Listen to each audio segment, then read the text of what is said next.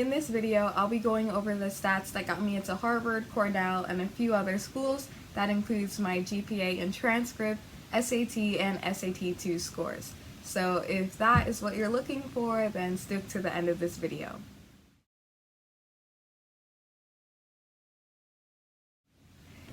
Hey everyone, welcome to JSpace. I'm Jordan, and this is the second video in my How I Got Into Harvard series. This video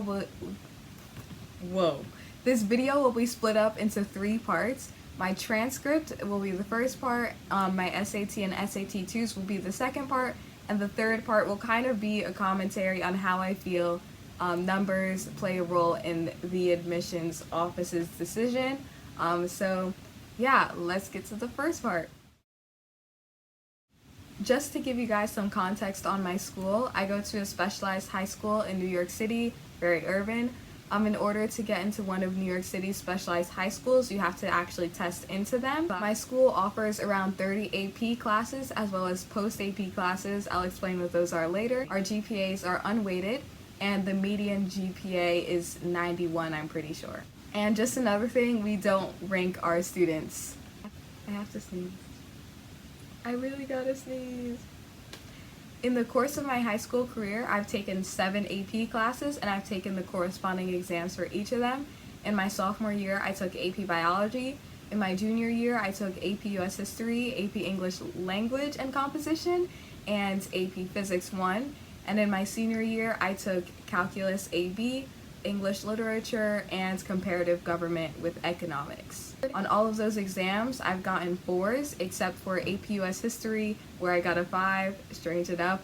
But we'll see for Calc AB, CompGov, and English Literature. Hopefully I got a 5 on them, but I'll find out next month, or in 2 months, in July. Harvard has kind of a mixed stance when it comes to taking AP scores and using those as college credit, kinda.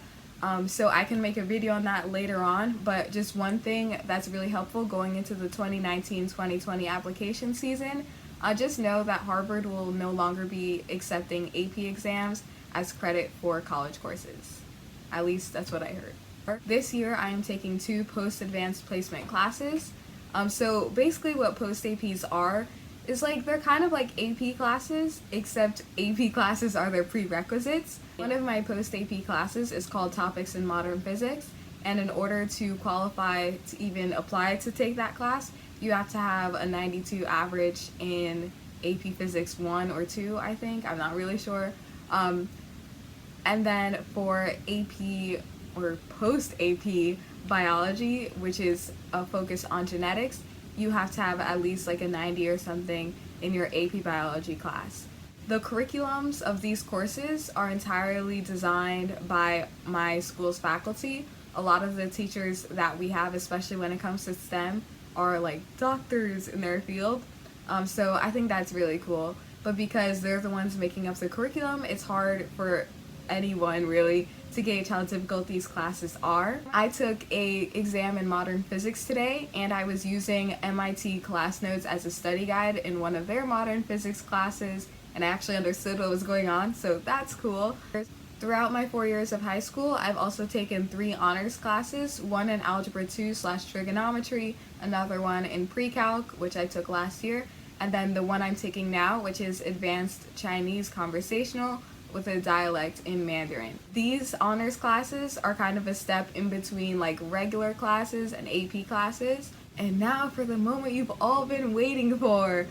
So my GPA is 93.9, that is unweighted. My school does not weight GPAs. I don't know how that really converts on a 4.0 scale, but when I'm being generous to myself, I like to say I'm a 94 average. So yeah. Something to note about Harvard, all the Ivies, and basically any selective school you're applying to is that these schools tend to super score. And what super scoring means is that they take the highest score in the math and writing section for all the sittings that you've had. I took the SAT twice, once in March and once in August. I got literally the same score, but I got different scores on like the different sections. So they took my highest math score and my highest reading score, and that gave me a total of 1470. Yeah, I know, not the highest, could be better, but it's fine. So super scoring is really nice, and because of it, I think you should take the SAT multiple times, and you should also try the ACT. Apparently the ACT is easier, but it's just faster. So if you're good at test taking, I would say try the ACT. You might like it better. I never took it, but I wish I did. So SAT-2s, more commonly known as SAT-2 subject tests, are smaller tests that are kind of like APs. I don't know why we have APs and SAT-2s. To me, it makes no sense.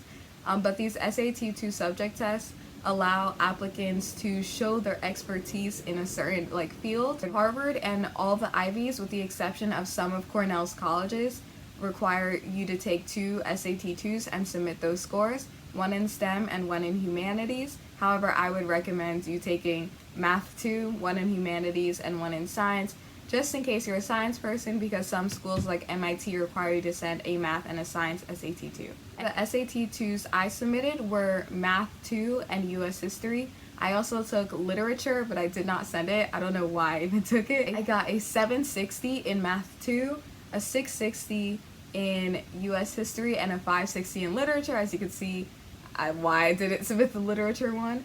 All of these SAT-2s are out of 800. And I would highly recommend taking Math 2 over Math 1, because Math 1 is basically useless. Also, a good number of kids who take the Math 2 exam get a perfect 800. Sadly, I wasn't one of them, but hopefully you will be. So I recommend taking SAT-2s when you're taking the corresponding AP course. Of course, you can always self-study if your school doesn't have APs. It's just important to note that these subject tests often have topics that aren't covered in the AP curriculum. I wish I took the biology SAT-2 and the physics SAT-2 while taking those AP courses. I feel like that would have been helpful for me and given me more options, so don't make my mistake, take more SAT-2s. His name is A-Star, after Sagittarius A-Star, which is the black hole in the center of the Milky Way. So, fun fact, best teddy bear ever. Cost like $25, rip off, but hey, Harvard gang. Nothing I say here is actually official. It's not like a Harvard admissions officer came to me and was like, Jordan, this is true. No, this is purely me on my observations and kind of some speculation that I've had over the past few years after seeing the stats of the kids who got accepted into Harvard from my school in the past few years. I think if you have a 1450 and a 92 and above, Harvard starts looking at all those applicants the same, like the kids with those scores. So a kid with a 1600 is no longer worth more than a student with a 1450 or a student with a 92 versus a 98. I think they treat us all the same, and that's when they start looking at essays and extracurriculars. However, if you have below these scores, don't let that get you down. Obviously, they make exceptions. If you have insanely good extracurriculars, if you're really passionate, and if you have some special token things about you, then I think you have a better chance at getting in, even if you have below those scores. But I would say if you're a junior or any kind of underclassman or someone who's looking to apply to Harvard, definitely don't aim for 1450. Like Kadia says, aim for the stars, so if you fall, you land on a cloud. So I would say aim for 1600, and if you get 1450, you're cool too. There's not much you can do with your transcript once you're a junior, because your junior year is kind of your last year that colleges will see. Actually, that's not true. Colleges request your mid-year score reports in your senior year, and they also look at your final year scores to see if they'll rescind you. Hopefully I don't get rescinded. Once you get all the students with above a 1450 and a 92 average, it's really hard to differentiate them anymore, so you have to start looking at their essays and extracurriculars. If you want to see the essay that I wrote for the Harvard University supplement, I will link it somewhere on the screen or in the description. I don't know. It's my only other video because it's my second video. But yeah, I think if you saw this video and thought it was very helpful, I would definitely recommend checking out that one, because I truly feel that essays play a huge part in the admissions process. Also, I'll be making another video on my extracurriculars, because I truly feel that my extracurriculars really did get me into Harvard, as well as some of the other schools I mentioned. So yeah, if you found this video helpful, like, comment, subscribe, you know the vibes. But I'll speak to you guys in the next video. Peace.